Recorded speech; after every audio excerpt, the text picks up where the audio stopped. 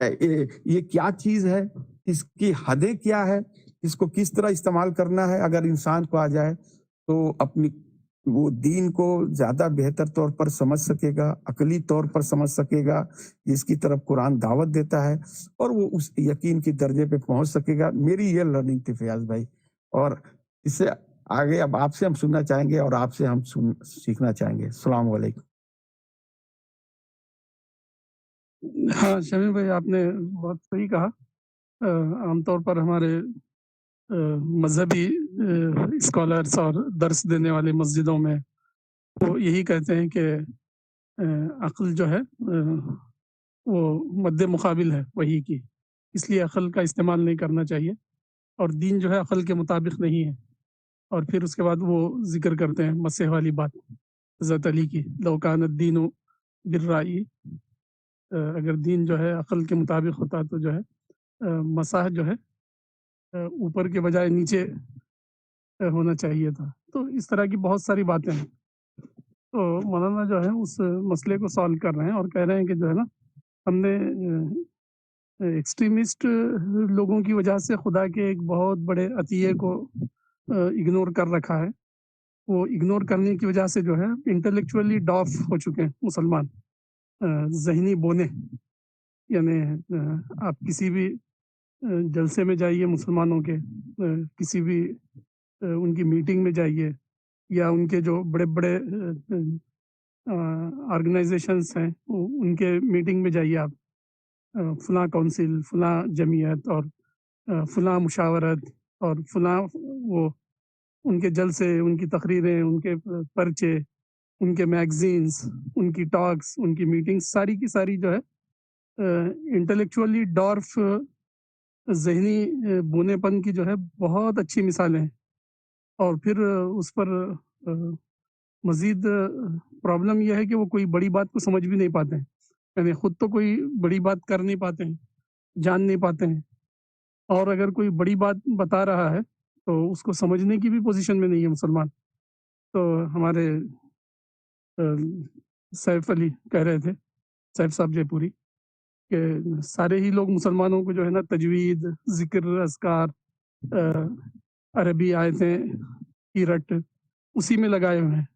یعنی دین کا ایک جو ہے فارم بیسڈ ورژن جو ہے پریکٹس خوب ہو رہا ہے عرب و عجم میں، لیکن کہیں بھی جو ہے وہ دین دکھائی نہیں دیتا جو انٹلیکچوئل نمائندگی کر رہا ہو، انٹلیکچوئل ورژن دین کا وہ دکھائی نہیں دیتا۔ حالانکہ قرآن کا جو زیادہ بڑا حصہ وہ جو ہے انسان کو انٹلیکچولی ڈیولپ کرنے کے لیے خدا نے جو ہے نا وقف کر دیا ہے۔ ڈوز اینڈ ڈونٹس کی آیتیں بہت کم ہیں، زمین اور آسمان کی نشانیاں، تاریخ کے حقائق، اور جو ہے جنت اور جہنم، اس طرح کی چیزوں پر قرآن نے زیادہ فوکس کیا ہے۔ دوسرے الفاظ میں انٹلیکچوئل ورژن پر قرآن کا فوکس ہے، لیکن عجیب و غریب طور پر سارے ہی مسلمان جو ہے صرف فارم بیسڈ دین کو پروموٹ کرتے ہیں، اسی کو انٹروڈیوس کرتے ہیں اور اسی کو کے ریپرزنٹیٹیو بنتے ہیں۔ تو دنیا میں میسیج یہ جا رہا ہے گویا کہ اسلام جو ہے کوئی انٹلیکچوئل یا ریشنل ریلیجن نہیں ہے، یہ کوئی ذہن کو ایڈریس کرنے والی چیز نہیں ہے، بس ایک ٹریڈیشن ہے، اس کو یہ لوگ لے کر چلتے ہیں، اس کے اندر کوئی حقائق نہیں ہے کچھ زیادہ۔ اس طرح کا مسئلہ پیدا ہو گیا ہے۔ تو مجھے دو باتیں یاد آ رہی ہے اس موقع سے۔ ایک بات وہ جو مولانا نے کہیں ذکر کی ہے کہ ایک مرتبہ حضرت موسیٰ علیہ السلام نے اللہ سے دعا کی کہ اے اللہ جو ہے بنی اسرائیل کی جو چیز بھی چھیننا وہ چھین لے، لیکن ان کی عقل نہ چھیننا۔ تو غالباً یہ تلمود میں ہے یہ واقعہ۔ تو اللہ تعالیٰ کا جواب آیا حضرت موسیٰ کو کہ اے موسیٰ، ہم کسی کمیونٹی کی کوئی چیز چھیننا چاہتے ہیں تو سب سے پہلے عقل ہی چھین لیتے ہیں۔ تو آپ اس گفتگو کی روشنی میں اگر دیکھیں گے تو مسلمانوں کے ساتھ جو ہے یہی مسئلہ پیش آیا ہے۔ سارے ہی مسلمان ون ٹو آل عقل کے دشمن بنے ہوئے ہیں، بلکہ عقل کی دشمنی کو جو ہے بروٹلی یہ کرتے ہیں، پروموٹ کرتے ہیں، بڑی ڈھٹائی کے ساتھ جو ہے اس کو صحیح سمجھتے ہیں۔ تو اس کا نتیجہ یہ ہے کہ جو ہے ان کے اندر ایسے افراد ہی نہیں پیدا ہوتے ہیں جو کوئی اعلیٰ رہنمائی دے سکیں یا کوئی اعلیٰ بات ڈسکور کر سکیں دنیا کو جو ہے اسلام کا کوئی اونچا ورژن دے سکے، اس پوزیشن میں نہیں ہے۔ اور اگر کوئی ایسا بندہ پیدا بھی ہوتا ہے تو اس کو سمجھنے کی بھی مسلمانوں میں صلاحیت نہیں ہے۔ تو ایک واقعہ مجھے یاد آ رہا تھا، کیرلا کے اندر ایک ہندو ڈائنسٹی تھی، اس کا نام تھا زمرین ڈائنسٹی، ویکیپیڈیا پہ غالباً مل جائے گا اس کے بارے میں۔ تو اس کے زمانے کی بات ہے کہ دربار میں کے درباریوں نے آ کر بتایا کہ پرتگیز جو ہے ہمارے جو وہاں پر جو ہے کالی مرچ اور مختلف مسالے جات جو وغیرہ اگتے تھے، تو اس کے جو ہے پودے لے کر جا رہے ہیں جہازوں کے اندر، جو ہے اس کے پودے وہ لوگ جو ہے یہاں سے اپنے ملکوں کو لے جا رہے ہیں، یورپ کو، تاکہ وہاں خود اگائے۔ تو بادشاہ نے جب یہ شکایت سنی درباریوں کی، تو درباریوں نے کہا کہ اگر یہ اس طرح ہوگا تو ہماری تجارتیں پوری ڈکلائن ہو جائے گی، ریڈیوس ہو جائے گی، ہمارے پروڈکشن کے وہ لوگ جو ہے محتاج نہیں رہیں گے اور ہماری تجارتیں گھٹے گی، تو ان کو اس سے روکا جائے، پرتگیز کو۔ تو بادشاہ نے جو ہے زمرین جو بادشاہ تھا، اس نے سننے کے بعد کہا کہ ان کو جتنے پودے لے جانا چاہیں، جتنے سیپلنگ لے جانا چاہیں ان کو لے جانے دو، کیونکہ جو ہے وہ ہمارے سیپلنگ تو لے جا سکتے ہیں لیکن ہمارا مانسون کہاں سے لائیں گے۔ تو مجھے لگ رہا ہے کہ جو ہے نا، اس کا یہ جو بادشاہ کا جو جواب تھا درباریوں کو، اس کے بہت ہی عقل مند انسان ہونے کی نشانی ہے۔ یعنی وہ یہ جانتا تھا کہ جو ہے ریلیونٹ اور irrelevant کا فرق کیا ہے، حقیقت اور جو ہے خوش فہمی کا فرق کیا ہے، اس کو وہ سمجھتا تھا۔ اس لیے اس نے کہا کہ جتنے سیپلنگ پودے لے جانا چاہتے ہیں ان کو لے جانے دو، وہ پودے تو لے جا سکتے ہیں لیکن ہمارا مانسون کہاں سے لائیں گے وہ۔ تو میں جب یہ واقعہ پڑھا تو میں بہت ہی زیادہ اس پر سوچنے میں لگ گیا۔ پورے عالم اسلام میں جو ہے کوئی انسان نہیں ہے ایسا جو یہ کہہ سکے کہ جو ہے ہمارے لیے کوئی خطرہ نہیں ہے۔ اللہ تعالیٰ نے جو ہے سارے خطرات کو ختم کر دیا ہے نبوت محمدی کے بعد۔ اب دین کے لیے کوئی خطرہ نہیں ہے، امت مسلمہ کے لیے کوئی خطرہ نہیں ہے۔ خطرہ جو بھی ہے وہ صرف ہمارے ذہنی بونے پن کا ہے، ہمارے انٹلیکچوئل ڈافزم کا ہے، باقی اس کے علاوہ ہم کو کوئی خطرہ نہیں ہے۔ یہ کوئی بولنے والا نہیں ہے اس کے اندر۔ پورے ملک کے اندر جو ہے ایک بڑی موومنٹ چلی ابھی قریب میں، آپ لوگ جانتے ہیں، اس کے اندر جو ہے مسلمانوں کو یہ خوف ہو گیا ہے کہ ان کی سٹیزن شپ چھن جائے گی، ان کی سٹیزن شپ جو ہے نا واپس لی جائے گی۔ حالانکہ جو ہے اگر ڈیٹا دیکھا جائے اور تھوڑی سی جو ہے عقل کا استعمال کیا جائے تو ایک جھوٹی بات تھی یہ کسی خاص علاقے کے لیے تو یہ بات تھی ہے، کسی بارڈر علاقوں کے لیے جہاں پر جو ہے انفلٹریشن ہے، اللیگل جو ہے لوگوں کا آنا جانا ہے، وہاں کے لیے تو یہ بات ٹھیک ہے، لیکن پورے ملک کے اندر مسلمانوں نے جو ہے اس خوف میں احتجاج کیا کہ ان کی سٹیزن شپ جانے والی ہے۔ اگر تھوڑا بھی غور کرتے ہو تو ان کو یہ بات سمجھ میں آتی ہے کہ جو ہے نا یہ جھوٹا خوف ہے، یہ شیطان نے بس کہیں سے یہ شوشہ چھوڑ دیا ہے اور وہ پورے ملک کے مسلمان اس کو صحیح سمجھنے لگے، اس سے زیادہ اس کی کوئی حقیقت نہیں تھی۔ لیکن اس کو سمجھانا اتنا مشکل تھا کہ میں نے کالج کے یونیورسٹی کے پروفیسر سے بات کیا تو وہ مجھ پر غصہ ہوتے تھے اور مجھ سے بحث کرتے تھے، ناراض ہوتے تھے، عجیب حرکتیں کرتے تھے۔ تو اس کا ریزن مجھے جو ہے یہی سمجھ میں آتا ہے جو اس آرٹیکل میں بتایا گیا، کیونکہ ہماری امت میں جو ہے مذہب پرستی کو پروموٹ کیا جا رہا ہے، یعنی مذہب پرستی کے نام پر جو ہے ذہنی بونا پن کو، گویا کہ ذہنی بونا پن جو ہے مذہبی انسان کی علامت بن گیا ہے۔ تو اب لوگ یہ سمجھتے ہیں کہ جو ہے کچھ ٹریڈیشنز اور کچھ ریچولز کو یہ کر لو تو سماج کے اندر عزت بھی مل جاتی ہے، اور کچھ حیت اختیار کر لو تو لیڈری بھی مل جاتی ہے، سارا کام بھی نکلتا ہے، اور پھر جو ہے کوئی ذہنی کام کی بھی ضرورت نہیں پڑتی، اس آدمی کے تو سارے مسائل حل ہو جاتے ہیں جو اس طرح کا لیڈر بنتا ہے، لیکن امت کے مسائل وہی اٹکے ہوئے رہتے ہیں۔ تو پوری دنیا میں مجھے ایسے لگ رہا ہے کہ مسلمان جو ہے یہ بات کے دور میں عقل کے استعمال سے جو دور ہو گئے، یعنی دوسرے الفاظ میں، مولانا کے الفاظ میں، عقل اور عقل پرستی میں انہوں نے فرق کو نہیں جانا۔ عقل پرستی بری بلا تھی، عقل بری نہیں تھی، عقل کی جو ہے ہم کو سخت ضرورت تھی۔ اس فرق کو اگر وہ سمجھتے اور اس کو خدا کا عطیہ سمجھتے تو بہت زیادہ وہ ترقی کرتے، ہر لحاظ سے، دینی لحاظ سے بھی، دنیاوی لحاظ سے بھی۔ دین کی خدمت کے معاملے میں بھی وہ بڑے کارنامے انجام دیتے، اور اپنی دنیا کو بھی وہ خوب اونچا کر لیتے. یہ عقل کا استعمال نہ ہونے کی وجہ سے دونوں ورژن ان کے دینی ورژن بھی ان کی میٹیریل لائف بھی دونوں میں جو ہے وہ بیکورڈ ہو گئے.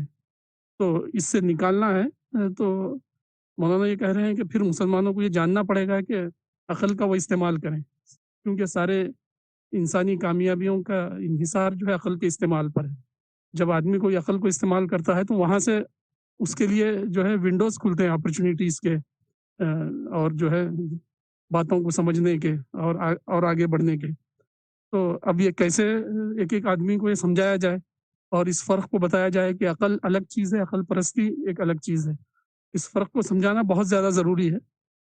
اپنی ہم مجلسوں میں بھی اس کو سمجھانا ہے، انڈیویجول گفتگو میں بھی سمجھانا ہے، اور رشتہ داروں اور دوست احباب میں بھی، تاکہ جو ہے عقل کے استعمال کے فائدوں سے جو ہے ہم یہ ہو سکے، مستفید ہو سکے. جی سیف بھائی.